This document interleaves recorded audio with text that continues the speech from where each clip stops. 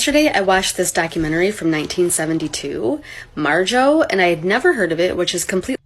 Yeah, I was so happy that she brought this up. I'm sick, y'all, bear with me. Okay. I was so happy that she brought this documentary up. I had been looking for this documentary. I could not remember the name of it. And I'm so happy she brought it. Shout out to you, girl. But I feel like there was a couple details that she did miss. So if you do not know, Marjo was this little bitty boy who as a child was like a preacher.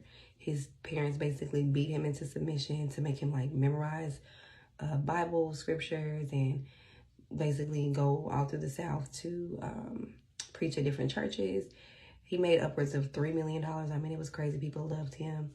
And one thing that she didn't bring up in this, because she was like, oh, he stopped preaching when he was a teenager. He did, but she didn't really explain why. And so my understanding of that, I remember, was that Marjo, his parents dropped him off at this lady's house. Lady, I don't know who the lady was. Dropped him off at this lady's house and took off with the money that they got. And from my understanding, he's literally never seen or heard from them again. So there's that part. So fast forward to when he's an adult, and mind you, like, he ended up getting in some type of weird sexual relationship with the woman that he was living with, who was way older than him, supposedly, or something like that. A little strange. But anyway. So as he's an adult, he's like, I need some money. So what better thing to do than to go back to what I'm good at doing? Preaching, right? At this point, though, his ideology is no longer Christian. He's basically atheist.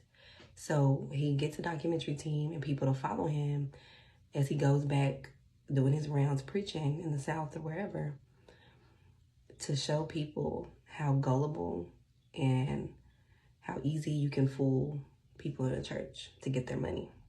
There was even one particular scene I remember of him and another preacher who I really believe also was atheist. And they were like scooting the money. It was like a whole bunch of money. They was counting it in the bag. And he was like, oh, God's been good to me. Like being funny, like laughing, because they don't even believe in God. I think everybody should watch this documentary. I mean, it's so good. It really pissed me off because I thought about how much money I've given the church. And not to say all people have bad intention. I'm not saying that. But we just need to know that everybody's not real. And sometimes people are taking advantage of other people.